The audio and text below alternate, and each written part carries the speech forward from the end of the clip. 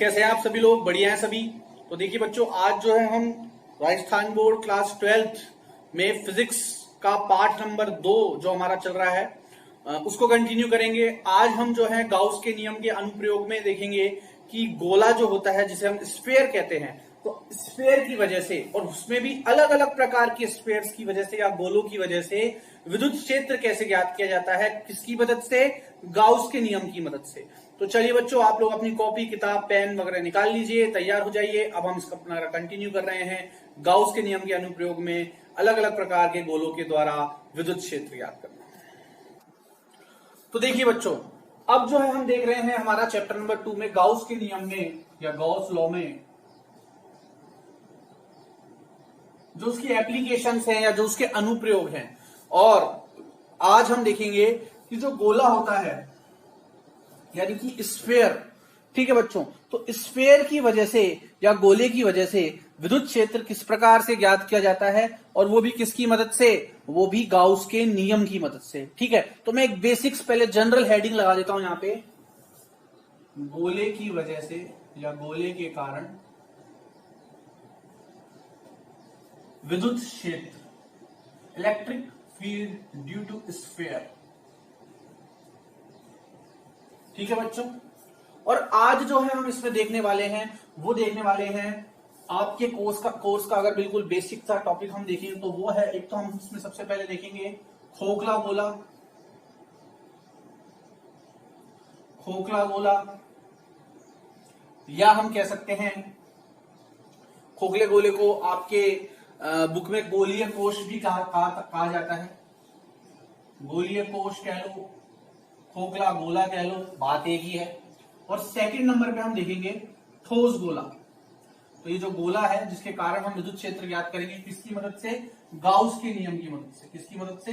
Gauss के नियम की मदद से। गाउस के नियम से। ठीक है, तो वो जो गोला है वो दो प्रकार के गोले आज हम देखेंगे, खोखला गोला और ठोस गोला।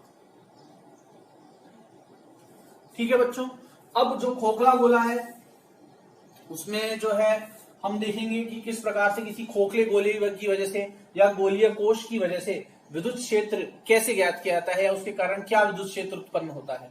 उसके साथ हम साथ ही साथ ये भी देखेंगे कि किसी ठोस गोले की वजह से जो है किस प्रकार से हम विद्युत क्षेत्र ज्ञात कर सकते हैं।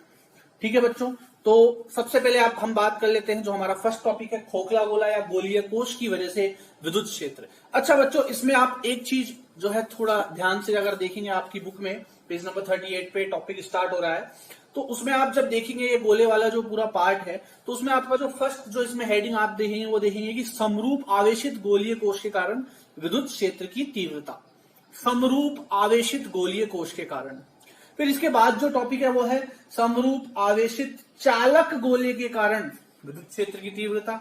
उसके बाद देखेंगे समरूप आवेशित चालक गोले के कारण अचालक गोले के कारण विद्युत क्षेत्र की तीव्रता।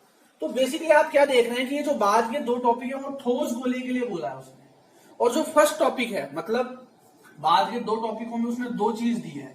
फर्स्ट आपको दिया है चालक और सेकंड आपको दिया है अचालक। ठीक है, जबकि जो खोखला गोला है उसमें उसने कुछ भी नहीं बोला, ना तो चालक बोला ना अचालक बोला। ऐसा क्यों? क्योंकि बच्चों दोनों ही चीजों के लिए, खोखले गोले में दोनों ही चीजों के लिए, मतलब भले ही चालक ले लो या अचालक ले लो, दोनों के लिए एक जैसा डेरिवेशन ही है, दोनों के लिए सेम कंसेप्ट आएगा। इसलिए उसने खोखले गोलन में चालक और अचालक की बात अलग अलग नहीं की है। परंतु ठोस गोले की अगर हम बात करें, हालांकि उसने ठोस शब्द का इस्तेमाल वहां पे किया नहीं है, सॉलिड शब्द का इस्तेमाल नहीं किया है, बट समझ जाना है आपको कि उसने खोखला नहीं बोला है तो वो ठोस की बात कर रहा है। तो ठोस गोले में उसने चालक अचालक दोनों की बात की है। ठीक है बच्चों, अब आप इसमें एक चीज और देखेंगे जब आप बुक को ध्यान से देखेंगे कि चालक के लिए उसने कोई डेरिवेशन नहीं दिया है, सिर्फ थ्योरी दी है।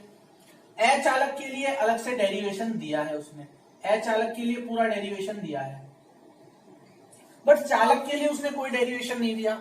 यहां पे मैंने आपको बताया खोखले वाले में चालक और अचालक दोनों एक ही होता है, दोनों एक होता नहीं है, बट दोनों के लिए डेरिवेशन या कंसेप्ट सेम है। तो इस वजह से उसने यहाँ पे अलग अलग हेडिंग नहीं डाली, क्योंकि दोनों के लिए सेम होता है, तो उसने सिर्फ खोखला गोला या गोलीय कोश कह दिया। एक बात ध्यान रखना बच्चों, ये जो खोखले गोले का, ध्यान से देखना बच्चों, इस चीज को बहुत ध्यान से देखना। खोखला गोला कह लो या गोलीय कोश, इसमें दोनों आ गए खोखले गोले में, क्या क्या, चालक वाला भी आ गया और अचालक वाला भी आ गया। एक तो ये, दूसरा उसने इसका भी डेरिवेशन नहीं दिया, किसका, ठोस गोले में चालक का, ठोस गोले में चालक का डेरिवेशन उसने नहीं दिया है। क्यों नहीं दिया है, क्योंकि इन तीनों में एक ही कंसेप्ट काम आएगा, ये तीनों एक ही तरह से व्यवहार करेंगे, इस वजह से, इस कारण जो विद्युत क्षेत्र आएगा वो तीनों के लिए एक ही कंसेप्ट से निकल के आ जाएगा, अलग अलग कंसेप्ट पढ़ने की जरूरत नहीं है। तो कौन कौन से, खोखले गोले में तो दोनों, कौन कौन, चालक और अचालक, इसलिए उसने अलग अलग हेडिंग नहीं दी है, और ठोस गोले में चालक, ये तीनों तो एक जगह आ जाएंगे। और जो ठोस गोले का अचालक वाला भाग है, जो ठोस गोले का अचालक वाला जो डेरिवेशन है वो अलग है, क्योंकि वो थोड़ा अलग हो जाएगा, वो कंसेप्ट थोड़ा अलग हो जाएगा। बात आ रही है आपको समझ में, तो ये चीज आपको ध्यान रखनी है। तो आज हम मेन दो डेरिवेशन पढ़ने वाले हैं, एक तो खोखले गोले की वजह से विद्युत क्षेत्र, और एक ठोस गोले में अचालक की वजह से विद्युत क्षेत्र। समझ में आ गई बात आपको? अगर आप चाहें तो एक बेसिक इंट्रोडक्शन है, शुरुआती इंट्रोडक्शन है, चाहे तो इसे नोट कर सकते हैं, क्योंकि टॉपिक को आगे पढ़ने से पहले थोड़ी टॉपिक की जो है समझ भी हमें होनी चाहिए। तो आप चाहे तो इसे नोट कर सकते हैं, वरना फिर अब हम आगे इसका कंसेप्ट स्टार्ट करने जा रहे हैं। तो देखिए बच्चों, मैंने आपको बोला, एक तो देखो, एक चीज और मैं बता देता हूं आपको, हालांकि बहुत ही बेसिक सी चीज है, और कुछ बच्चे कहेंगे कि सर ये 12th क्लास में आप क्या बता रहे हो, बट फिर भी अगर मान लो 10 बच्चे वीडियो को देख रहे हैं या 20 बच्चे वीडियो को देख रहे हैं, तो एक बच्चा तो ऐसा होगा ही जिसे ये कंफ्यूजन हो सकता है। तो हम सभी के बारे में सोचते हुए इस चीज को भी देख लो।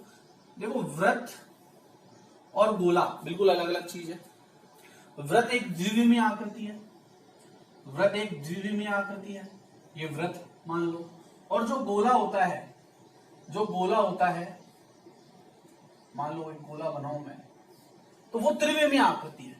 गोला क्या है, त्रिविमीय आकृति। गोला क्या है, त्रिविमीय आकृति, जबकि वृत्त क्या है, द्विविमीय आकृति। वृत्त क्या है, द्विविमीय आकृति, ये त्रिविमीय है। अब मैं आपको क्यों बता रहा हूं ये सब चीज, देखो क्या होता है, जब हम इनको पढ़ते हैं, तो जब मैं गोला पढ़ाऊंगा तब मैं गोले को ही बनाऊंगा, तो ऐसा ही, क्योंकि मेरा बोर्ड द्विविमीय है, बोर्ड द्विविमीय है, तो गोला भी मैं द्विविमीय बताऊंगा, और ये वृत्त भी ऐसा ही दिखता है। बट गोले के लिए, जैसे मान लो कोई बेसिक सी सिंपल सी बात करें, जैसे कोई कड़ा वगैरह होता है, जो चूड़ी वगैरह होती है, वो तो वृत्त है, और जो आपकी बॉल होती है जिससे आप खेलते हो, फुटबॉल वगैरह, वो सब क्या है, गोला है। ठीक है, लेकिन जब मैं बोर्ड पे बनाता हूं तो दोनों आकृतियां एक जैसी बनेगी, क्योंकि द्विविमीय ही बना सकता हूं मैं बोर्ड पे, चाहे त्रिविमीय हो गोला फिर भी। तो आपको अपने दिमाग में एक इमेजिनेशन रखनी है हमेशा। जब भी मैं बोलूंगा गोला, तो एक फुटबॉल या बॉल जैसी एक आकृति उस समय आपके दिमाग में हमेशा होनी चाहिए कि अच्छा, ये उस चीज के ऊपर लागू करने के लिए कह रहे हैं। भले ही चित्र वृत्त जैसा दिख रहा है, भले ही चित्र हम द्विविमीय बना रहे हैं, बट दिमाग में आपके क्या होनी चाहिए, इमेजिनेशन। इमेजिनेशन किस चीज की, एक गोले की। दिमाग में हमेशा एक गोला रहना चाहिए। जब मैं बोलूंगा गोले के सतह पर, गोले की सतह पर आवेश, तो मैं तो सतह पर यूं आवेश बना दूंगा, मैं तो सतह पर यूं बनाऊंगा, ठीक है। बट आपको क्या दिमाग में लाना है कि एक प्लास्टिक की बॉल है। अब अभी मेरे पास बॉल है नहीं, वरना मैं आपको करके दिखाया था, या गोले जैसी कोई आकृति अभी मेरे पास है भी नहीं, तो अपने दिमाग में ऐसा मान लेना। और एक मैं 3D आपको जो है 3D एक चित्र में कोशिश करूंगा यहाँ पे आपको दे सकूं मैं। तो एक गोला है, तो जब मैं बोलूं सतह पे आवेश, तो आपको क्या मानना है कि एक बॉल है, एक बॉल है पूरी, और उसकी सतह पे चारों ओर आवेश फैला हुआ है, बाहर सतह पे। बात आ रही है समझ में? देखो, आपकी काल्पनिक शक्ति बहुत अच्छी होनी चाहिए फिजिक्स में। जब कोई 3D चीज या जो भी आप पढ़ रहे हो, तो दिमाग में एक काल्पनिक शक्ति जो होती है ना, हमारी काल्पनिक शक्ति कितनी मजबूत है, उससे हमें वो कंसेप्ट समझने में उतनी ही आसानी रहती है। जब हम समझ ही गोले को दिमाग में बैठा के रहे हैं, गोले को हमने दिमाग में बिल्कुल इमेजिन कर लिया है, बिल्कुल उसको एक तरह से मान लीजिए कि आपने उसकी कल्पना कर ली है गोले की, और फिर हर चीज जो भी मैं बोलूँ वो उस गोले पे लगा रहे हो जो आपके दिमाग में है, तो आपको बहुत अच्छा कंसेप्ट क्लियर निकल के आएगा। हालांकि कॉपी में, परीक्षा में, सब में चित्र तो हमें ऐसा ही बनाना है, ठीक है। वो दिमाग वाला तो हम वहां छाप नहीं सकते, बट दिमाग तो हमारा फ्री है ना, दिमाग पे तो कोई बाउंडेशन नहीं है। इस बोर्ड पे बाउंडेशन है कि मैं इस पे एक 2D ऑब्जेक्ट ही बना सकता हूँ, एक द्विविमीय आकृति ही बना सकता हूँ, बट हमारे दिमाग पे तो कोई वो नहीं है ना लिमिट, वो तो स्वतंत्र है सोचने के लिए। तो बिल्कुल सोचो और अच्छी तरह सोचो और पूरा इमेजिनेशन के साथ सोचो, और जो भी बात कही जाए उसको उस पर अप्लाई करो जो आपने दिमाग में आकृति सोची है, और फिर जो कंसेप्ट निकल के आएगा तो आपको समझ में आएगा कि अच्छा ये बात बताई जाने की कोशिश की, या ये बात बताने की कोशिश की जा रही थी। ठीक है बच्चों, तो ये बड़ा एक बेसिक सा डिफरेंस था, क्योंकि वृत्त और गोला हम बनाते बोर्ड पे एक जैसा ही समझाने के लिए। और काफी बच्चों को अजीब भी लग रहा होगा कि 12th क्लास में आप हमें 6th क्लास की बात बता रहे हो, बट फिर भी देखो कंफ्यूजन होता है कुछ बच्चों को, तो सभी बच्चों को साथ लेके हम आगे बढ़ रहे हैं। अगर किसी को है कंफ्यूजन तो बहुत अच्छी बात है, नहीं है तो और अच्छी बात है, उससे बढ़िया तो कुछ है ही नहीं। कंफ्यूजन है तो क्लियर कर दिया है मैंने। ठीक है बच्चों, चलिए तो आगे बढ़ते हैं। हेडिंग डाल देता हूं मैं हमारी। तो वैसे मैंने हेडिंग डाली थी कि भाई गोले की वजह से, अलग अलग प्रकार के गोलों की वजह से विद्युत क्षेत्र, बट अब जो हमारी मेन हेडिंग आएगी वो आएगी कि जो फर्स्ट हेडिंग है उसमें जो मैंने फर्स्ट प्रकार का आपको गोला बनाया था कि देखो समरूप आवेशित गोलीय कोश के कारण विद्युत क्षेत्र की तीव्रता। समरूप आवेशित समझ सकते हो आप कि सब जगह जो आवेश है वो एक समान रूप से फैला हुआ है, कहीं ज्यादा और कहीं कम नहीं है। ठीक है, तो समरूप आवेशित गोलीय कोश के कारण, देखो बच्चों बहुत इंपॉर्टेंट टॉपिक है ये, बोर्ड के हिसाब से भी और कंपटीशन के हिसाब से भी इंपॉर्टेंट है कि इसमें काफी प्यारा प्यारा जो कंसेप्ट निकल के आता है, बहुत शानदार कंसेप्ट इसमें निकल के आता है अगर हम ध्यान से देखें तो। ठीक है, तो समरूप आवेशित गोलीय कोश के कारण विद्युत क्षेत्र। देखो बच्चों एक बात मैं आपको बता दूं, आप लोगों ने भी, अगर आप लोगों ने मेरे वीडियोस देखे हैं अभी तक, तो आप लोगों को एक बात समझ में आ रही होगी, मेरी जो थोड़ी हिंदी है वो कमजोर है ऑल, क्योंकि मेरा जो बैकग्राउंड है वो कंप्लीटली एजुकेशन का, वो इंग्लिश मीडियम से है, तो हो सकता है कि कुछ मात्राओं में या किसी चीज में मैं गलती कर दूं, बट फिजिक्स है, मैथ है, ये वो चीजें हैं जो भाषा पे निर्भर नहीं करती है, ये हमारे कंसेप्ट्स पे निर्भर करती है। भाषा कुछ भी हो, चीज क्लियर होनी चाहिए हमें, तो अगर इग्नोर कर दिया करो अगर कोई मात्रा वगैरह गलती हो भी तो। ठीक है, मेरा बैकग्राउंड टोटली इंग्लिश मीडियम है, इस वजह से मुझे कभी कभी प्रॉब्लम हो जाती है। ठीक है, चलिए, तो समरूप आवेशित गोलीय कोश के कारण विद्युत क्षेत्र, इसको निकाल लेते हैं। अब देखो हेडिंग समझते हैं। समरूप आवेशित मतलब समान रूप से आवेशित, मतलब आवेश सब जगह समान फैला हुआ है। गोलीय कोश है मतलब खोखले गोले की बात कर रहे हैं। खोखला गोला और ठोस गोला क्या होता है, जैसे एक प्लास्टिक की बॉल होती है जिससे आप क्रिकेट खेलते हैं, ठीक है, एक प्लास्टिक की बॉल होती है, वो क्या होती है, अंदर से बिल्कुल कैसी होती है, खोखली, तो वो खोखला गोला हो गया। उसी की जगह रबर की बॉल की बात करूं तो वो कैसी होती है, ठोस, अंदर भी रबर भरा होता है उसके, ठीक है। और प्लास्टिक की बॉल कैसी होती है, अंदर से खाली, तो वो खोखला गोला हो गया। और रबर की बॉल कैसी हो गई, ठोस गोला हो गया, या गोला कह सकते हैं उसे, ठीक है। तो गोलीय कोश मतलब खोखला गोला, खोखला गोला बोल लो, गोलीय कोश बोल लो, बात है के कारण विद्युत क्षेत्र। ठीक है बच्चों, चलिए, तो मैं एक खोखला गोला बनाता हूं। खोखला गोला ये गोला ऐसे ही बनाऊंगा मैं, बॉल तो बना नहीं सकता यहाँ पे, वृत्त की तरह बनाऊंगा, बट है क्या, ये एक गोला है, ठीक है। ये मान लो इसकी सतह पे मैंने एक समान रूप से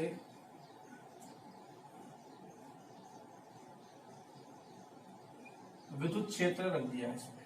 अब देखो बच्चों एक्चुअल में हो क्या रहा है, जो मैंने आपको बताया था ना कि भाई खोखले गोला में खोखला गोला और ठोस गोला, तो इनमें तीन चीजें, खोखले में तो क्या क्या थी, अचालक और चालक, और ठोस में सिर्फ चालक। मैंने आपको बताया था ये तीनों में एक ही कंसेप्ट लगता है, तो वो कंसेप्ट क्या है, बेसिकली इन तीनों में ही, इन तीनों प्रकार के गोलों में ही जो आवेश है वो बाहर की सतह पे फैला हुआ होता है, अंदर आयतन में नहीं होता, आयतन के अंदर नहीं होता, सिर्फ कहां फैला होता है, बाहर सतह पे।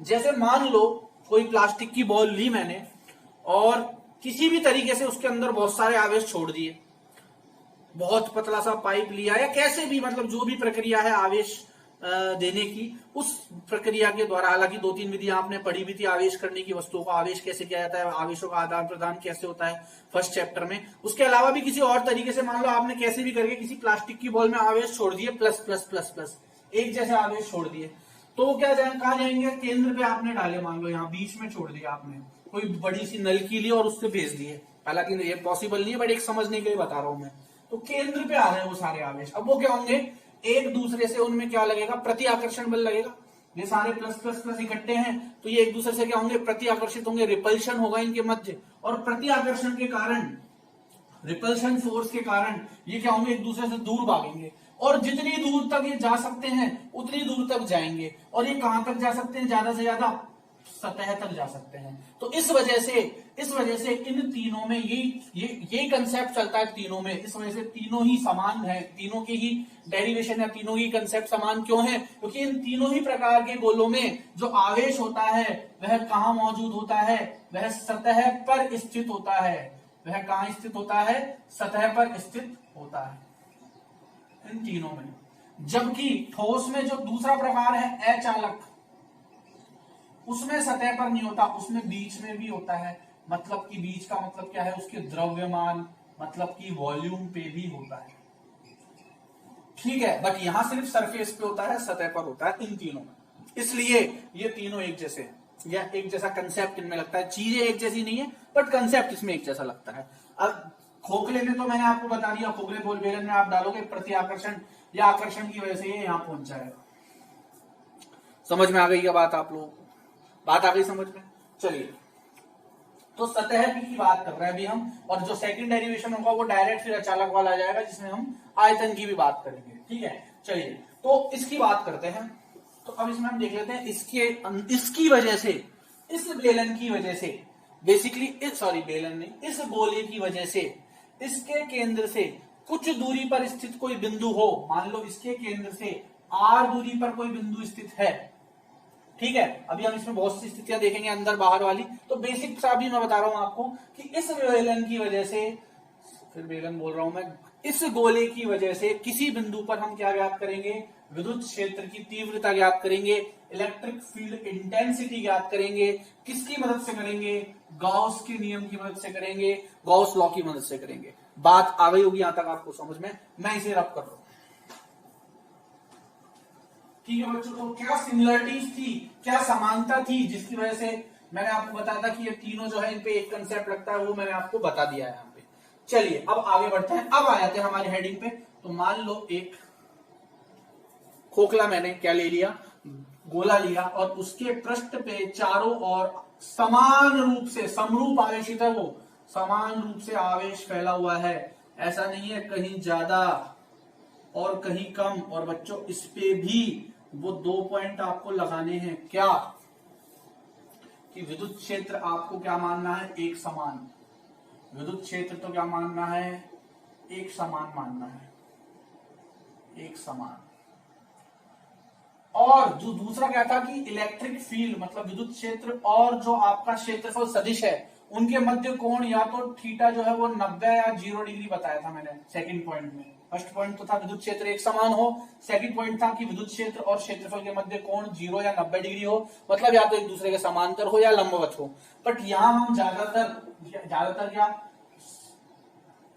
मोस्टली हम इसमें 0 डिग्री ही लेंगे, ठीक है। ये एक ऐसी चीज है थीटा बराबर 0 डिग्री जो हम मान के चलेंगे, इसमें ये हमें माननी ही पड़ेगी, इसके पीछे कोई कंसेप्ट नहीं है। E और S के मध्य थीटा हम 0 डिग्री ही मानेंगे, विद्युत क्षेत्र और क्षेत्रफल के मध्य कोण हम 0 डिग्री ही मानेंगे, 0 डिग्री के अलावा कुछ नहीं मानेंगे, ये आपको मान के चलना है। समझ में आ गई बात, जब भी हम गोले के लिए करेंगे, समझ में आ गई बात, ठीक है। चलिए अब देखो मैं क्या करता हूं कि ये जो गोला है इसकी गोले की खुद की त्रिज्या तो मैं मान लेता हूं r। अगर 10th क्लास आपने ध्यान से पढ़ी है तो उसमें जो आपके क्षेत्रफल और आयतन वाला पार्ट था त्रिविमीय आकृतियों वाला, उसमें गोले का आपने संपूर्ण पृष्ठीय क्षेत्रफल, आयतन, अर्धगोले का वक्र पृष्ठीय क्षेत्रफल, अर्धगोले का वक्र पृष्ठीय क्षेत्रफल, संपूर्ण पृष्ठीय क्षेत्रफल, ये सब आपने पढ़ा हुआ होगा, ठीक है। पूरे गोले का वक्र, संपूर्ण पृष्ठीय क्षेत्रफल, आयतन, इन सब के फॉर्मूले याद होंगे आपको। नहीं है तो एक बार उसको देख लेना, जो कि काम आने वाला है हमारे यहाँ पे, और कंसेप्ट आपको क्लियर होना चाहिए। चलिए अब देखिए, अब हम इसमें क्या करेंगे, इसकी वजह से इस गोलीय कोश के कारण हमें विद्युत क्षेत्र ज्ञात करना है। गोली की त्रिज्या मैंने मान ली r। अब इसमें मैं दो स्थितियां लूंगा, दो स्थितियां, इसकी वजह से मुझे विद्युत क्षेत्र ज्ञात करना है। एक बार तो इसकी वजह से मुझे विद्युत क्षेत्र ज्ञात करना है इसके बाहर की ओर, और एक बार इसकी वजह से मुझे विद्युत क्षेत्र ज्ञात करना है इसके अंदर की ओर। दो स्थितियां देखेंगे इसमें हम, एक बार बाहर की ओर और एक बार अंदर की ओर। तो सबसे पहले हम बाहर की ओर वाली स्थिति देखेंगे कि बाहर की ओर वाली स्थिति कैसे ज्ञात करेंगे। ठीक है, तो फर्स्ट स्थिति में ले रहा हूं, कि सबसे पहले मैंने क्या बोला कि एक गोला लिया और उसकी त्रिज्या क्या ले ली, r ले ली। मैंने त्रिज्या क्या ले ली, r ले ली। और बच्चों इसमें आप ऐसा करो, क्योंकि हम पृष्ठ की बात कर रहे हैं, तो इसका पृष्ठीय जो घनत्व, पृष्ठीय घनत्व, ठीक है, रेखीय पृष्ठीय घनत्व या पृष्ठीय घनत्व कुछ भी कह सकते हो आप, वो भी आप इसमें मान के चलो। ठीक है, पृष्ठ आवेश घनत्व क्या होगा इसमें, पृष्ठ आवेश घनत्व क्या मानते हैं हम, किसके द्वारा निरूपित करते हैं, पृष्ठीय आवेश घनत्व नहीं, सॉरी, पृष्ठीय आवेश, डेंसिटी घनत्व किसके द्वारा दर्शाते हैं, पृष्ठीय आवेश घनत्व को हम दर्शाते हैं सिग्मा के द्वारा। ये कंसेप्ट हम पहले ला चुके हैं, रेखीय आवेश घनत्व, पृष्ठीय आवेश घनत्व, आयतन आवेश घनत्व, ये सब हम देख चुके हैं। आयतन आवेश घनत्व को रो के द्वारा दर्शा रहे हैं, समझ में आ रही है बात। पृष्ठीय आवेश घनत्व को सिग्मा के द्वारा दर्शा रहे हैं। ठीक है, एक रेखीय आवेश घनत्व भी पढ़ा था हमने, तो पृष्ठीय आवेश घनत्व हम इसका सिग्मा मान लेंगे। थोड़ा सा मैं एक बार दोबारा बता देता हूं, हालांकि जब हमने ये पढ़ा था शुरू में तो मैंने आपको पिछले लेक्चर में देखना आप मैंने बताया था, फिर भी मैं बता देता हूं। ये क्या होता है, ये होता है कि जैसे मान लो अगर पृष्ठीय आवेश घनत्व की बात कर रहा हूं तो 1 मीटर स्क्वायर क्षेत्र पर कितना आवेश है, मान लो 1 मीटर स्क्वायर क्षेत्र पर जो आवेश है वही हमारा क्या है, सिग्मा है। तो मान लो 1 मीटर स्क्वायर पर 1 सिग्मा आवेश है। ठीक है, अगर मैं पूछूं तो फिर 6 मीटर स्क्वायर क्षेत्र पर कितना आवेश होगा, तो आप बोल दोगे 6 सिग्मा आवेश हो जाएगा। तो फिर मैं आपसे पूछूं कि मान लो इसका क्षेत्रफल है s, तो मैं पूछूं s क्षेत्रफल पर कितना आवेश आएगा, तो आप बोल दोगे s सिग्मा आवेश आ जाएगा। s क्षेत्र पर s सिग्मा आवेश, तो जो q आएगा, आवेश निकाला ये, वो आएगा s सिग्मा, या आप कह सकते हो सिग्मा बराबर q बटे s। यहां से सिग्मा का मान क्या आता था, q बटे s। समझ में आ गई बात। तो दरअसल ये हमें क्या बताता है कि भैया 1 मीटर स्क्वायर क्षेत्र इतना है, तो इस पे कितना आवेश फैला हुआ है, उसको हमने एक फिक्स मान दे दिया, क्या, सिग्मा। उसको क्या मान दे दिया हमने, सिग्मा। ये मैंने आपको पहले भी बताया हुआ है और आप लोग इन चीजों को 11th क्लास में भी देख के आए। चलिए, तो पृष्ठ आवेश घनत्व मान लेता हूं मैं इसका सिग्मा है, मतलब 1 मीटर स्क्वायर क्षेत्र पर सिग्मा आवेश फैला हुआ है, ये मैं यहां पे मान रहा हूं। ये दो चीजें मैंने मान ली। और सिग्मा क्या होता है, Q बटे A, या Q बटे S भी बोल सकते हैं आप, या Q बटे A बोल सकते हैं। Q तो क्या होता है, ये जो टोटल आवेश आपने फैलाया है, ये जो टोटल आवेश फैला हुआ है पूरे पृष्ठ पे, और A क्या है, जो ये पूरा क्षेत्रफल है चारों ओर, वो जो बॉल का चारों ओर का क्षेत्रफल है, उस पे जो टोटल आवेश फैला हुआ है उसके अनुपात को हम सिग्मा के द्वारा दर्शा रहे हैं। ठीक है बच्चों, तो पृष्ठीय जो आवेश घनत्व है उसको सिग्मा मान लिया है मैंने यहाँ पे। चलिए अब आगे चलते हैं।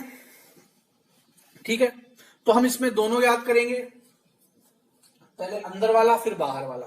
ठीक है, तो मान लो इसका केंद्र जो है वो O के द्वारा दर्शा रहा हूं। अब मैं सबसे पहले याद करता हूं बाहर की ओर विद्युत क्षेत्र, बाहर की ओर विद्युत क्षेत्र।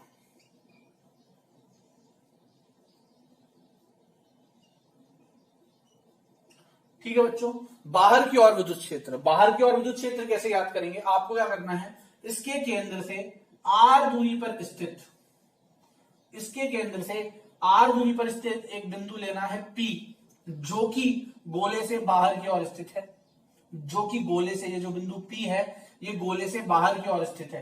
तो सीधी सी बात है, जो R होगा यहाँ पे, जो आर होगा, मतलब बिंदु पी की केंद्र से जो दूरी होगी आर, वह किससे बड़ी होगी? गोले की त्रिज्या से। वह किससे बड़ी होगी? गोले की त्रिज्या से। जो आर होगा वो इस आर से बड़ा होगा अगर बाहर लोगे तो। अगर ये बिंदु अंदर लेते आर दूरी पर तो ये जो दूरी होती आर, ये आर से छोटी होती, बट बाहर लिया है तो बड़ी आएगी। समझ में आ गई बात? ठीक है, तो बाहर की ओर मैंने बिंदु लिया P, और अब आपको क्या करना है, इस गोलीय कोश की वजह से आपको क्या ज्ञात करना है? विद्युत क्षेत्र ज्ञात करना है बाहर की ओर। समझ में आ गई बात बच्चों? ठीक है, तो मैं क्या करूंगा, तो देखिए बच्चों, अब इसमें हम देखते हैं कि हमें ज्ञात क्या करना है। तो समरूप आवेशित गोल, तो मैंने क्या बनाया यहाँ पे, एक खोखला गोला या गोलीय कोश बनाया, खोखला गोला बनाया। मान लो इस गोले की त्रिज्या है आर, आर त्रिज्या का एक गोला लिया मैंने, आर त्रिज्या का गोला है माना, इसका केंद्र O है। इस आर त्रिज्या के गोले के केंद्र से आर, छोटा आर दूरी पर स्थित एक बिंदु P लेना है आपको। इसमें बच्चों दो स्थितियां बनेगी, दो स्थितियां बनेगी, एक तो बाहर की ओर स्थित किसी बिंदु पर विद्युत क्षेत्र, और सेकंड बनेगी अंदर की ओर स्थित किसी बिंदु पर विद्युत क्षेत्र। तो पहले मैं बाहर की ले रहा हूं। मैंने यह किया, गोले के बाहर एक बिंदु लिया P, जिसकी गोले के केंद्र से दूरी छोटा r है, गोले की खुद की त्रिज्या r है, और बाहर स्थित इस बिंदु P पर आपको क्या ज्ञात करना है? इस गोले की वजह से विद्युत क्षेत्र ज्ञात करना है। क्या ज्ञात करना है? विद्युत क्षेत्र या विद्युत क्षेत्र की तीव्रता, जिसे आप E के द्वारा दर्शाते हैं। तो मैंने बिंदु ले लिया P, r दूरी पर स्थित, r त्रिज्या का गोला लिया मैंने, ठीक है, और केंद्र या O से लिख देता हूं मैं, O से r दूरी पर स्थित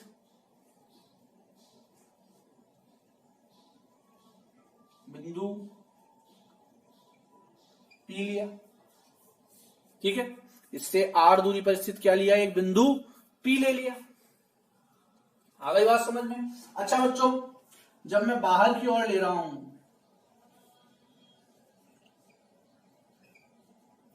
तो एक बात निश्चित है कि ये जो r होगा, क्योंकि बाहर है बिंदु, तो ये जो r होगा ये इस r से बड़ा होगा। तो बाहर की ओर का क्या मतलब है? r जो है वो किसके बड़ा है? r से। अगर यही बिंदु अंदर स्थित होता r दूरी पर तो ये r इससे छोटा होता, बट ये बाहर स्थित है तो इससे बड़ा होगा। और वृत्त पे, इस पे गोले पे स्थित होता तो r r के बराबर होता, ठीक है। तो यहां r इस r से बड़ा होगा, क्योंकि हम कहां ले रहे हैं? बाहर की ओर ले रहे हैं, ठीक है। अब मैं क्या करूंगा, इस बिंदु पे याद करना है मुझे, किसकी मदद से याद करना है? गाउस के नियम की मदद से। और गाउस का नियम जो है वो आपको पता है किस पे लगता है? गाउसियन पृष्ठ पर। तो मुझे क्या है? गाउसियन पृष्ठ बनाना पड़ेगा। मुझे क्या बनाना पड़ेगा? एक गाउसियन पृष्ठ बनाना पड़ेगा। इसको थोड़ा नीचे ले लेता हूं,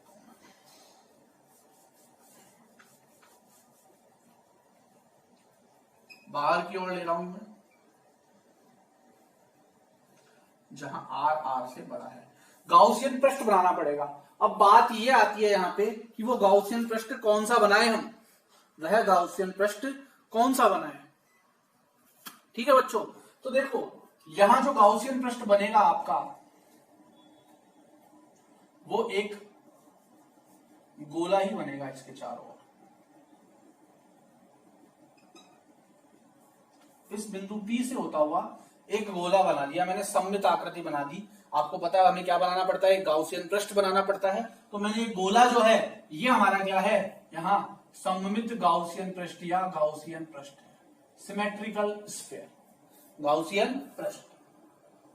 क्योंकि गाउस के नियम से तो याद करोगे आप, ये जो आप विद्युत क्षेत्र याद करोगे किसकी मदद से याद करोगे? गाउस के नियम की मदद से। तो गाउस के नियम के लिए क्या चाहिए हमें? एक गाउसियन पृष्ठ चाहिए, ठीक है। किसी बिंदु पर याद नहीं कर सकते हम, पृष्ठ पर ही याद कर सकते हैं गाउस के नियम से। तो ये मैंने गोला जो है, गोले के लिए गोला ही बनेगा गाउसियन पृष्ठ, ये ध्यान रखना है आपको, ठीक है। ये गोला मैंने बना दिया गाउसियन पृष्ठ के रूप में। अब मैं ये कह सकता हूं, ये जो मैंने गोला बनाया बाहर वाला, इसकी त्रिज्या तो r हो गई, इस वाले गोले की त्रिज्या r थी, इसके केंद्र से r दूरी पर, छोटे r दूरी पर स्थित बिंदु P था। P से होते हुए मैंने क्या बना दिया? गोला बना दिया। जो P है वो किस पे आ गया? गाउसियन पृष्ठ पे आ गया। ये गोला भी, बाहर वाला गोला भी क्या है? गाउसियन पृष्ठ। इसको ऐसे इमेजिन करो कि एक छोटी बॉल है, वो किसी एक बड़ी बॉल के बीच में रखी हुई है। बाहर एक बड़ी बॉल, उसके अंदर एक छोटी बॉल। तो जो बाहर वाली बॉल है वो तो हमारा गाउसियन पृष्ठ है, और जो छोटी वाली बॉल है उसकी वजह से हमें क्या ज्ञात करना है, विद्युत क्षेत्र ज्ञात करना है। ठीक है बच्चों, अब वही हमारा पूरा सिस्टम चलेगा। फ्लक्स ज्ञात करेंगे पहले साधारण फॉर्मूले से, फिर गाउस वाले फॉर्मूले से, और फिर दोनों को समान करके विद्युत क्षेत्र ज्ञात कर लेंगे, जो अब तक हम करते आए हैं पिछले वाले लेक्चर्स में। ठीक है, तो सबसे पहले हम क्या करते हैं, छोटा सा इसमें क्षेत्रफल लेते हैं ds। आप इस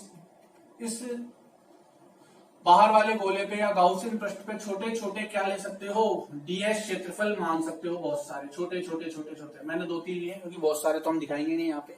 ठीक है, इसको कुछ ऐसे मानो कि बॉल है, बॉल पे एक छोटा सा आपने क्या ले लिया, एक पृष्ठ ले लिया, छोटा सा पृष्ठ ले लिया, छोटा सा क्षेत्र ले लिया ds। और अभी मैंने आपको बताया था कि इसमें हमें क्या ध्यान रखना है कि विद्युत क्षेत्र और ds के मध्य जो कोण थीटा होगा वो 0 होगा, मतलब ये दोनों एक दूसरे के क्या होंगे, समांतर। जब हम बेलन की बात करते थे तो बेलन में तो हमें देखना पड़ता था कि हम कौन से पृष्ठ की बात कर रहे हैं, इस पृष्ठ पे और इस पृष्ठ पे तो थीटा क्या होता था, 0। बट जब इधर ds आता था और विद्युत क्षेत्र इधर रहता था तो थीटा कितना होता था, 90 डिग्री, जब बेलन लेते थे गाउसियन पृष्ठ। बट जब हम गोला ले रहे हैं गाउसियन पृष्ठ तो फिक्स है, फिक्स रहेगा कि थीटा हमेशा क्या रहेगा, 0 डिग्री ही रहेगा, क्योंकि अलग अलग पृष्ठ नहीं बन रहे हैं यहाँ पे बेलन की तरह कि ऊपर नीचे वाले और घुमा हुआ। बेलन में तो वैसा बनता था, या तो चारों ओर एक सममित आकृति है, ये सममित पृष्ठ है। ठीक है बच्चों, तो यहाँ पे थीटा जो है हमेशा ई और ds के मध्य का लेना है आपको, 0 डिग्री ही लेना है। ठीक है बच्चों, चलिए तो अब हम इसको कंटिन्यू करते हैं। तो यहाँ पे हमारा कुल फ्लक्स क्या आएगा, हमारे फॉर्मूला क्या है कुल फ्लक्स ज्ञात करने का, कुल फ्लक्स ज्ञात करने का फॉर्मूला है E dot ds cos theta का समाकलन। ठीक है, समाकलन मतलब पूरे पृष्ठ की बात कर रहे हैं, ds जो छोटा छोटा पृष्ठ है वो उसका पूरे का समाकलन कर रहे हैं। ठीक है, तो फाई कुल कितना आ जाएगा यहाँ पे, eds। अच्छा भाई ये बताओ मुझे कि थीटा कितना है, 0 डिग्री, तो ये cos 0 हो जाएगा, और cos 0 का क्या मान होता है, 1, तो ये बन जाएगा eds। ठीक है, तो फाई कुल मिला के कितना आ गया लास्ट में हमारा, ई डॉट ds। और जो फर्स्ट पॉइंट हमने पढ़ा था वो क्या पढ़ा था कि विद्युत क्षेत्र जो है वो समान रहता है, तो यहाँ विद्युत क्षेत्र क्या रहेगा, कांस्टेंट। विद्युत क्षेत्र क्या रहेगा, कांस्टेंट रहेगा। अगर विद्युत क्षेत्र कांस्टेंट रहेगा तो ये तो बाहर आ जाएगा समाकलन से। ठीक है, और ds अंदर रह जाएगा समाकलन में। समझ में आ गई बात, ds क्या रह जाएगा, अंदर।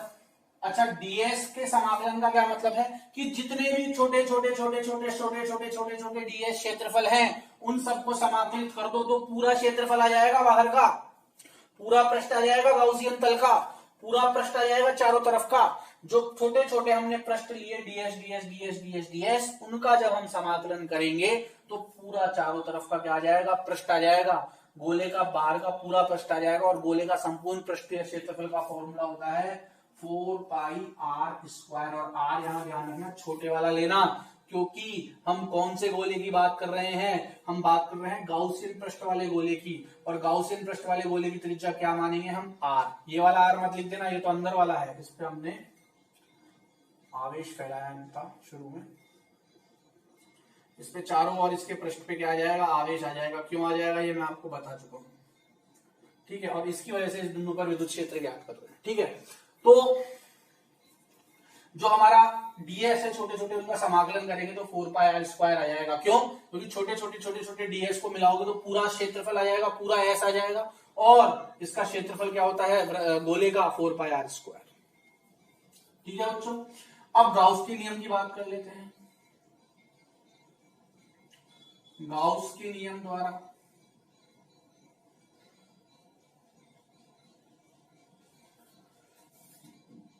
गाउस का नियम क्या कहता है भाई, गाउस का नियम कहता है कि जो फ्लक्स होता है वो होता है क्यू, क्यू कौन सा, गाउस के अंत है, अंत है मतलब जो गाउसियन पृष्ठ है उसके अंदर जो आवेश है, क्यू अंत है बटे एप्सिलॉन नॉट। ठीक है, तो ये भी देखो हमने 1 नंबर पे भी फ्लक्स ज्ञात किया और यहां भी फ्लक्स ही आएगा। अब अगर हम ये देखें कि क्यू अंत है, गाउसियन पृष्ठ के अंदर जो आवेश होता है वो होता है। अब देखो ये हमारा गाउसियन पृष्ठ है, ये हमारा गाउसियन पृष्ठ बनाया हमने, इसके अंदर आवेश तो यही तो आ रहा है, और ये आवेश कितना है, गाउसियन पृष्ठ के अंदर मौजूद आवेश तो यही है ना, तो ये आवेश कुल कितना है ये हमें ज्ञात करना है। तो अब हम ये कैसे ज्ञात करें, तो पहले तो हम ये देखते हैं कि कितने इस क्षेत्रफल पे फैला हुआ है और कितना आवेश है। तो मैंने पहले मान लिया था कि ये जो कुल आवेश है ये है Q, ये आवेश कितना है Q। अब ये कितना है, कितने क्षेत्र पे फैला हुआ है, उसके लिए हम किसकी मदद लेते हैं, उसके लिए हम लेते हैं पृष्ठीय आवेश घनत्व की। इसकी मदद लेते हैं पृष्ठीय आवेश घनत्व की, सिग्मा की, जो अभी मैंने आपको बताया था। ठीक है कि भाई 1 मीटर स्क्वायर क्षेत्र पर कितना आवेश फैलता है, सिग्मा आवेश मान लेते हैं हम। 6 मीटर स्क्वायर क्षेत्र पर 6 सिग्मा, S मीटर स्क्वायर क्षेत्रफल पर सिग्मा S। बात आ गई समझ में? ठीक है, चलिए अब थोड़ा ध्यान से देखिएगा बच्चों इस चीज को। देखो ये जो आवेश है चारों ओर, ये इस छोटे वाले गोले के पृष्ठ पे फैला हुआ है क्या? ये जो चारों ओर आवेश फैला हुआ है ये इस छोटे वाले गोले के पृष्ठ पे तो फैला हुआ है। इसको तो मैं मिटा देता हूं, ये मैंने समझाने के लिए बनाई थी लाइन बाहर वाली। तो ये जो छोटा वाला गोला है जिसकी त्रिज्या बड़ा R थी, इसके पृष्ठ पे तो फैला हुआ है ये आवेश।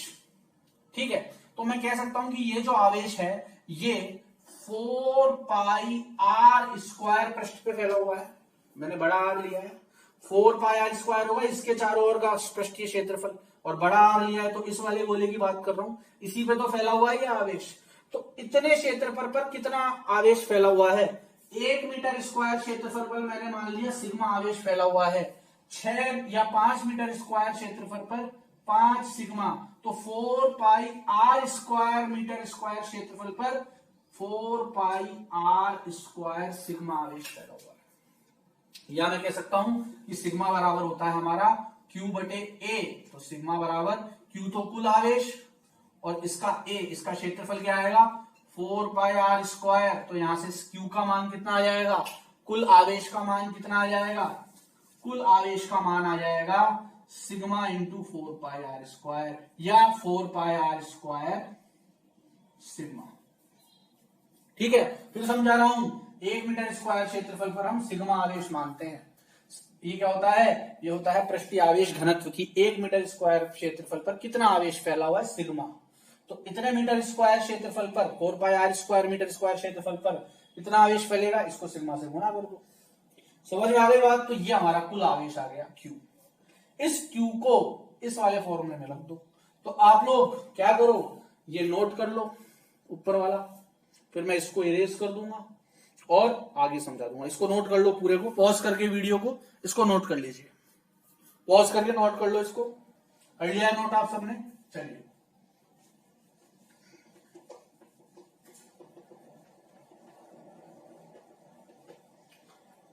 तो देखो, तो मैं ये कह सकता हूं कि जो फ्लक्स आएगा यहाँ पे गाउस के नियम वाला Q अंत है, और Q का मान कितना आया 4 पाई R स्क्वायर सिग्मा बटे एप्सिलॉन नॉट। और ये हो गया हमारे दूसरे नंबर का समीकरण। और पहले नंबर के समीकरण से हमने कुल फ्लक्स कितना निकाला था, E4 पाई R स्क्वायर। तो ये भी कुल फ्लक्स दूसरे नंबर, सॉरी ये दूसरे नंबर का हो गया, पहले नंबर में भी कुल फ्लक्स निकाला हमने, दूसरे नंबर में भी फ्लक्स निकाला है कुल। तो इन दोनों का जो है बायां पक्ष समान है तो दायां पक्ष भी समान हो जाएगा। तो 4 पाई R स्क्वायर सिग्मा बटे एप्सिलॉन नॉट किसके बराबर हो जाएगा भाई, ये हो जाएगा E4 पाई R स्क्वायर के। ठीक है, 4 पाई R स्क्वायर से, एक मिनट, R स्क्वायर यहां बड़ा वाला लेना है हमें, ये वाला R स्क्वायर बड़ा आएगा। ठीक है, तो 4 पाई से तो 4 पाई कट जाएगा, और हमें क्या निकालना था, विद्युत क्षेत्र। तो विद्युत क्षेत्र का मान कितना आएगा, विद्युत क्षेत्र का मान आएगा R स्क्वायर सिग्मा बटे R स्क्वायर एप्सिलॉन नॉट। ये गुणा में है, इधर आगे भाग में आ जाएगा, E अकेला छूट जाएगा। तो R स्क्वायर सिग्मा तो यहां से बच गया, और R स्क्वायर ये जो गुणा था ये यहाँ गया। ये ध्यान रखना, ये बड़े वाला है, ये छोटे वाला है। ये छोटा क्यों आया था नीचे छोटा क्यों आ रहा है, क्योंकि हमने ये जो क्षेत्रफल माना था ये तो बड़े वाले का माना था, और ये बड़ा क्यों आ रहा है, क्योंकि जो आवेश फैला हुआ था वो छोटे वाले पे फैला हुआ था, जिसकी त्रिज्या क्या मानी थी हमने, बड़ा R। ठीक है, तो वो हमने यहाँ क्षेत्रफल माना था। समझ में आ गई बात? तो यहां से E का मान कितना आ गया, E का मान आ गया R स्क्वायर सिग्मा बटे R स्क्वायर एप्सिलॉन नॉट। ठीक है, आगे आपने नोट कर लिया होगा। नोट आप लोगों ने कर लिया होगा यहाँ पे, तो मैं इसको आगे इरेज कर देता हूं।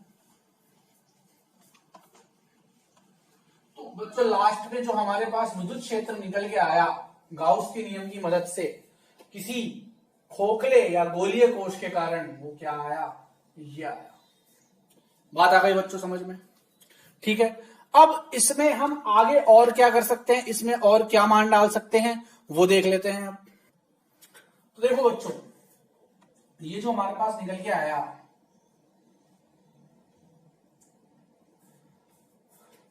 ई आर स्क्वायर सिग्मा बटे आर स्क्वायर एप्सिलॉन नॉट। अच्छा, इससे क्या ये पता लग रहा है कि ई जो है वो आर के अनुक्रमानुपाती है, क्योंकि ई भी ऊपर है आर भी ऊपर है, या आर स्क्वायर के अनुक्रमानुपाती है, ये बात मैं कह सकता हूं क्या?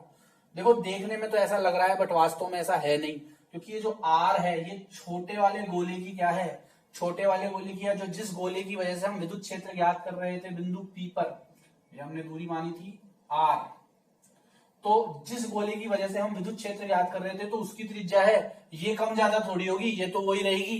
तो ऐसा वास्तव में नहीं है, यहाँ आर जो है वह क्या है, कांस्टेंट है, सिग्मा भी कांस्टेंट रहेगा। एक बार जो आपने आवेश फैला दिया शुरू में, वो कम ज्यादा थोड़ी करोगे। जो इसका घनत्व है, जो 1 मीटर स्क्वायर पे अगर मान लो 6 कूलाम का आवेश है, तो वो 6 कूलाम ही रहेगा, वो 7 या 8 नहीं होगा, ठीक है, वो उतना ही रहेगा। तो सिग्मा भी कांस्टेंट है, एप्सिलॉन नॉट तो वैसे ही कांस्टेंट होता है, इसका मान तो फिक्स होता है। तो बचा क्या, आर स्क्वायर। हाँ, आर स्क्वायर आपका क्या है, आर स्क्वायर आपका कांस्टेंट नहीं है। क्यों नहीं है?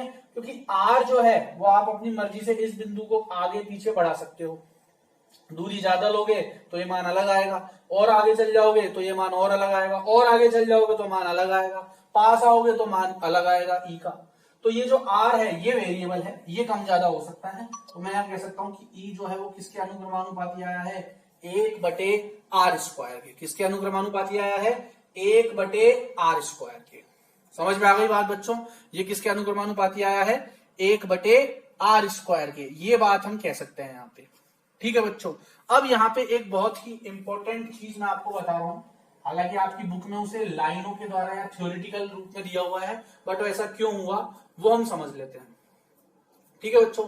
तो देखो बच्चों, कहीं ना कहीं जो हमारा गाउस के नियम से हमने निकाला था क्यू फ्लक्स, वो क्या था, क्यू बटे एप्सिलॉन नॉट, और क्यू हमने कितना निकाला था, 4 पाई आर स्क्वायर बटे एप्सिलॉन नॉट, ये निकाला था sigma, 4 pi r square sigma बटे एप्सिलॉन नॉट, यही तो निकाला था हमने, ठीक है।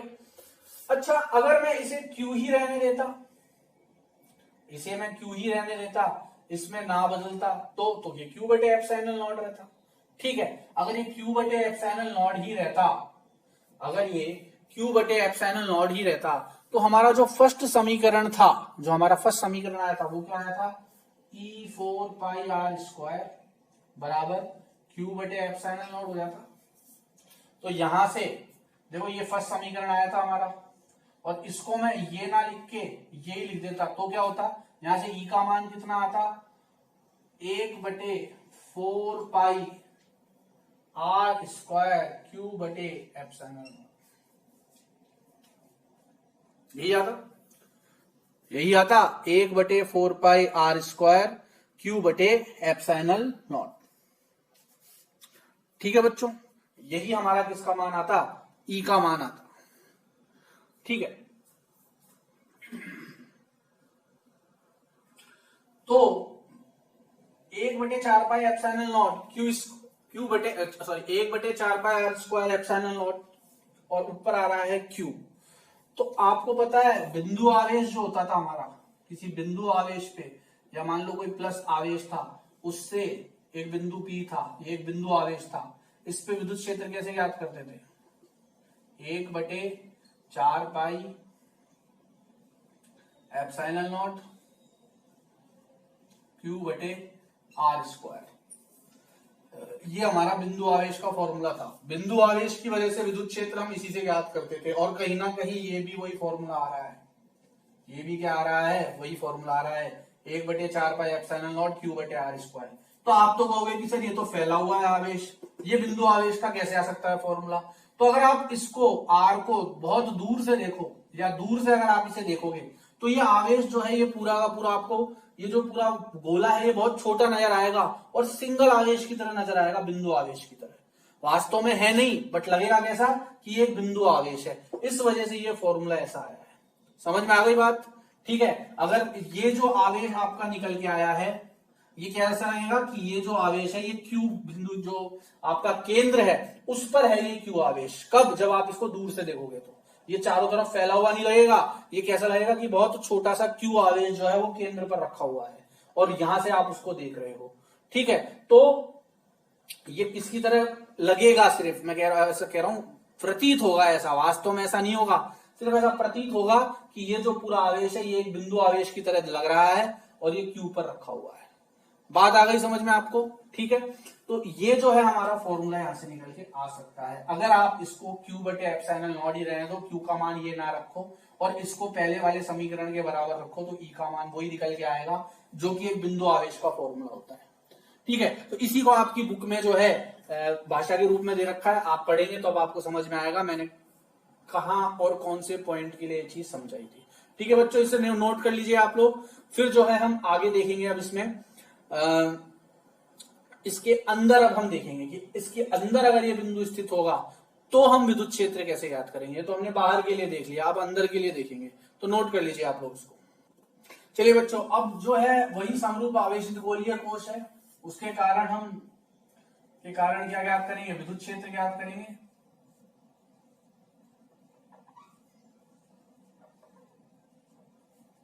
बट अब हम कहां ज्ञात करेंगे? जो सेकंड था हमारा अंदर की ओर। अब बिंदु कहां स्थित होगा?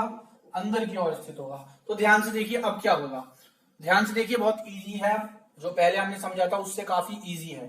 तो देखिए अब की बार क्या लिया मैंने, एक गोला लिया, वही जो पहले लिया था, वही बड़ा आर उसकी त्रिज्या है, इसका केंद्र है O। बट अब जो हम बिंदु ले रहे हैं जिसपे हमें विद्युत क्षेत्र ज्ञात करना है वो इसके अंदर की ओर ले रहे हैं। ठीक है, और अंदर की ओर ले रहे हैं, मान लो बिंदु P, ये यहां ले लेता हूं मैं इसको, और ये दूरी R है। ठीक है, तो अब मैं कह सकता हूं कि जो R है वो बड़े वाले R से छोटा होगा। अब इस त्रिज्या से ये दूरी छोटी होगी। ठीक है, फिर से हमें क्या ज्ञात करना है? गाउस के नियम की मदद से विद्युत क्षेत्र ज्ञात करना है, क्योंकि हम पढ़ क्या रहे हैं, पाठ का नाम क्या है? गाउस का नियम और उसके अनुप्रयोग। तो अनुप्रयोगी तो देख रहे हैं हम, तो गाउस के नियम से ज्ञात करना है। और अगर गाउस के नियम से ज्ञात करना है तो हमें क्या बनाना पड़ेगा? यहाँ पे यहां हमें बनाना पड़ेगा एक गाउसियन पृष्ठ। तो अब की बार भी अच्छा, जो इस पे आपके आवेश फैलाओगे, आप जो गोला लोगे वो तो प्लस का ही रहेगा।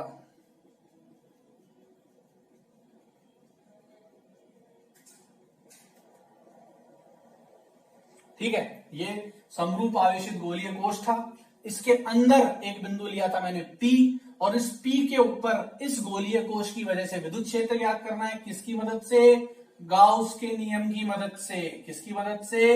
गाउस के नियम की मदद से।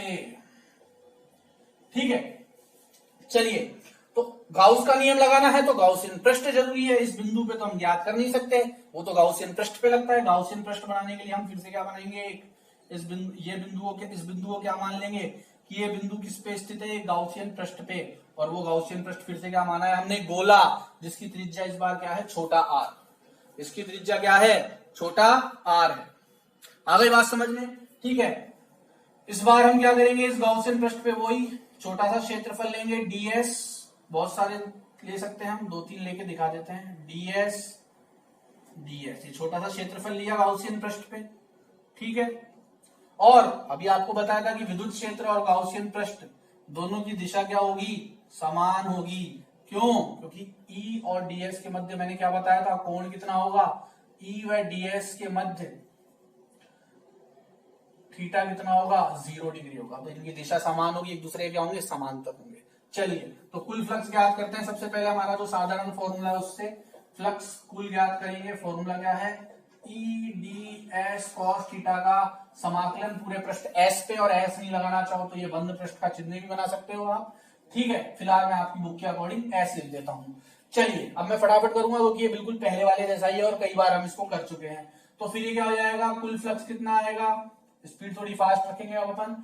EDS cos 0, 0 क्यों, क्योंकि DS और E के मध्य कोण कितना होगा 0 डिग्री, cos 0 कितना होता है 1, तो थीटा बराबर 0 डिग्री लेने पर ये आ जाएगा EDS ही आ जाएगा, क्योंकि cos 0 तो 1 होता है।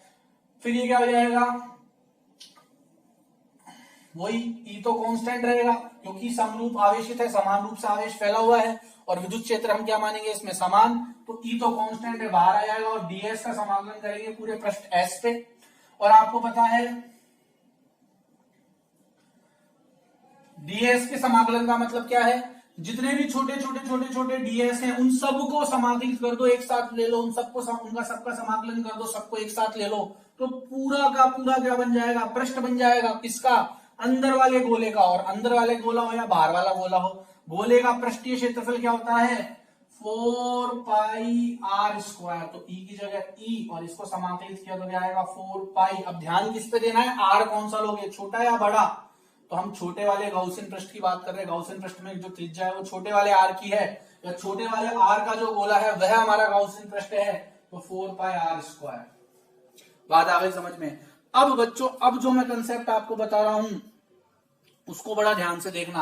अब जो कंसेप्ट है वो ये है कि गाउस के नियम से निकालेंगे अब हम फ्लक्स, यही तो करते हैं हम हर टॉपिक में। गाउस के नियम द्वारा, गाउस का नियम क्या कहता है, बोले सर वही कहता है क्या कि Q अंत है, अंत है मतलब जो गाउसियन पृष्ठ है उसके अंदर कितना पृष्ठ है, उसके अंदर कितना आवेश है। मैंने आपको जब गाउस का नियम बताया था तब भी समझाया था, और वही कंसेप्ट यहाँ काम आने वाला है। तो Q अंत है का मतलब क्या है कि जो गाउसियन पृष्ठ है उसके अंदर कितना आवेश है बटे एप्सिलॉन नॉट। और ध्यान से देखो बच्चों, जो गाउसियन पृष्ठ है उसमें तो आवेश है ही नहीं, आवेश तो बाहर वाले पृष्ठ, बाहर वाले गोले में था, बाहर वाले गोले के पृष्ठ पे था, अंदर वाले गोले पे तो कोई आवेश है ही नहीं, अंदर वाले गोले के पृष्ठ पे तो आवेश आएगा ही नहीं, क्योंकि बिंदु कहां लिया हमने अंदर, तो अंदर गोला बना छोटा वाला, यहाँ तो कोई आवेश है ही नहीं, वो तो बाहर था। इसका मतलब Q क्या है यहाँ पे, Q अंत है क्या है 0, और 0 में एप्सिलॉन नॉट का भाग दोगे तो 0 ही बचेगा। तो क्योंकि ये पृष्ठ अंदर की ओर है और अंदर की ओर तो कोई आवेश है ही नहीं, आवेश तो बाहर की ओर है, तो इस पृष्ठ पे तो कोई आवेश आ ही नहीं रहा। इस पृष्ठ पे अगर कोई आवेश नहीं आ रहा तो Q अंत है, या इस पृष्ठ के अंदर तो कोई आवेश आ ही नहीं रहा, जबकि हम जो गाउस के नियम में जो Q लेते हैं फ्लक्स निकालने के लिए वो कौन सा होता है, वह होता है अंत है या अंदर वाला। ठीक है बच्चों, तो इसके अंदर तो कोई आवेश है ही नहीं, और जब अंदर आवेश नहीं है तो Q का मान क्या हो गया 0, Q अंत का मान क्या हो गया 0, तो फाई का मान कितना आ गया भैया 0, ये फाई 0 आ गया, और पहले फाई कितना आया था, ये समीकरण नंबर 1, ये समीकरण नंबर 2, ये भी फाई का मान, ये भी फाई का मान, तो 1 व 2 से, 1 व 2 से, क्योंकि दोनों के बायां पक्ष में फाई आ रहा है तो दायां पक्ष समान हो जाएगा, तो E4 पाई r स्क्वायर इसके बराबर आएगा 0 के, और यहां से अगर आप E का मान निकालोगे तो कितना आएगा 4 पाई r स्क्वायर बटे 0, तो E का मान भी कितना आ जाएगा 0, E का मान भी कितना आ जाएगा 0। इसका मतलब समरूप आवेशित गोलीय कोश के अंदर, समरूप आवेशित गोलीय कोश के अंदर जो विद्युत क्षेत्र होता है वह क्या होता है 0।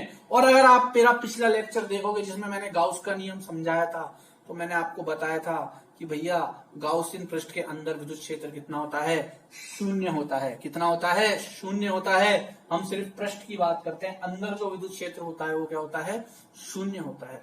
तो ये जो क्वेश्चन है, देखो ये जो टॉपिक है, ये आपके जो कंपटीशन एग्जाम होते हैं और खासकर आईआईटी में तो ये क्वेश्चन बहुत पूछा जाता है। नीट में फिर भी इतना नहीं देखा है मैंने पैटर्न, बट आईआईटी लेवल पे इसको मैंने बहुत देखा है।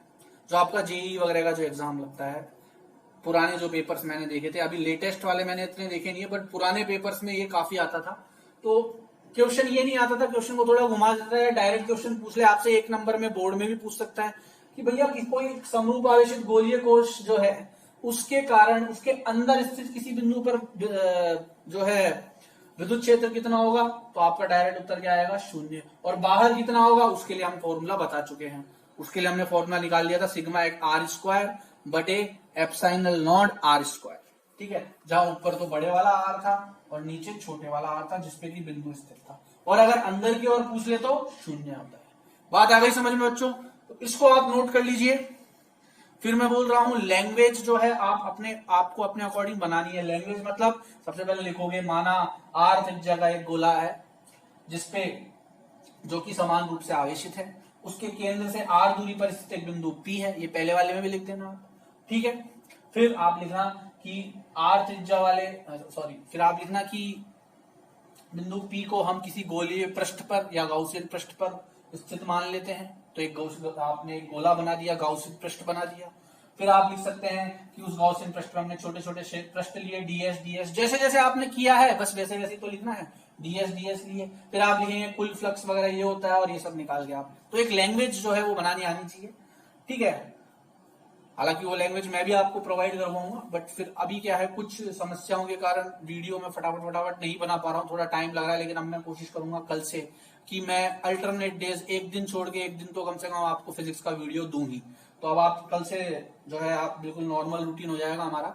वो थोड़ी पर्सनल जो है मेरे कुछ ऐसे काम थे जिनकी वजह से मैं वीडियो को टाइम नहीं दे पा रहा था, बट अब जो है अपना रेगुलर इंटरवल में अपने वीडियोस आ जाया करेंगे।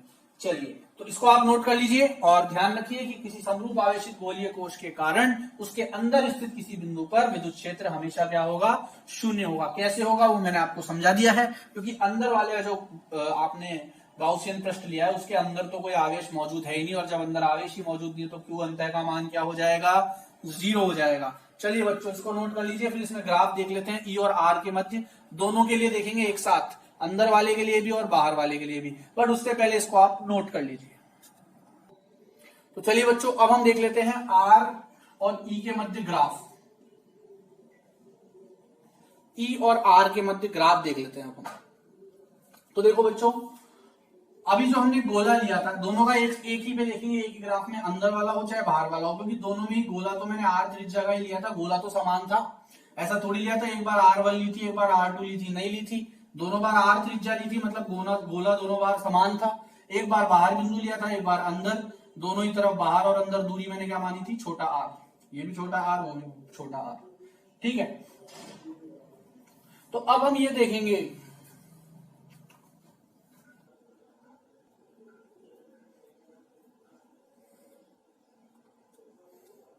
तो बंद होने की डेट है वो बढ़े जा रही है, अभी 31 जुलाई हो गई है, तो कहीं ना कहीं आपका कोर्स जो है वो कम हो जाएगा, कोर्स में बदलाव आएगा। कोर्स का बदलने का मतलब ये नहीं है कि राजस्थान बोर्ड से कुछ और सीबीएसई वाला कोर्स अप्लाई कर देंगे। जो राजस्थान बोर्ड का कोर्स है हो सकता है, मैं निश्चित नहीं कहूंगा, लेकिन हो सकता है कि उसको कम कर दिया जाए, ठीक है। क्योंकि अगर मान लीजिए पहले कोर्स होता था, अगर घंटे के हिसाब से होता है, मान लो 1200 घंटे अगर लेते थे, तो अब ये इस कोर्स को 900 या 600 घंटे का करेंगे। उसके लिए क्या करेंगे, चैप्टर्स को या तो छोटा करेंगे या बीच में से काफी चैप्टर्स उड़ा देंगे, मतलब गायब कर सकते हैं, हट सकते हैं चैप्टर्स। तो इस चीज का आपको ध्यान रखना है कि हो सकता है कि हम अभी जो पढ़ रहे हैं वो चीज हमारे कोर्स में हटा दी जाए। फर्स्ट चैप्टर रख दे, सेकंड हटा दे, सेकंड रख दे, फर्स्ट हटा दे, फर्स्ट तो खैर नहीं हटेगा, सेकंड हट सकता है, गाउस का नियम हो सकता है, मैं ये नहीं कहूंगा होगा। तो इसलिए भी हम थोड़ा थोड़ा स्लो चल रहे हैं अभी, हालांकि अब वीडियो जो है मैं रेगुलर डालूंगा, थोड़ा स्लो ही चलूंगा मैं, क्योंकि हमें पता नहीं है कि कोर्स का क्या जो है आगे रिजल्ट निकल के आएगा, कोर्स कितना रहेगा कितना हटेगा, ये डिपेंड करता है। क्योंकि सीबीएसई ने अपना कोर्स काफी कम कर दिया है, तो हो सकता है राजस्थान बोर्ड में भी ऐसा हो, क्योंकि अगर टाइम कम रहेगा, स्कूलें लेट खुलेगी, तो फिर कोर्स करवाने के लिए समय उतना नहीं रहता है। तो कोर्स तो निश्चित तौर पे कम होना चाहिए, जहां तक है 90% हो सकता है, बट फिर भी अभी तक कोई ऑर्डर नहीं है तो मैं 100% नहीं कहूंगा।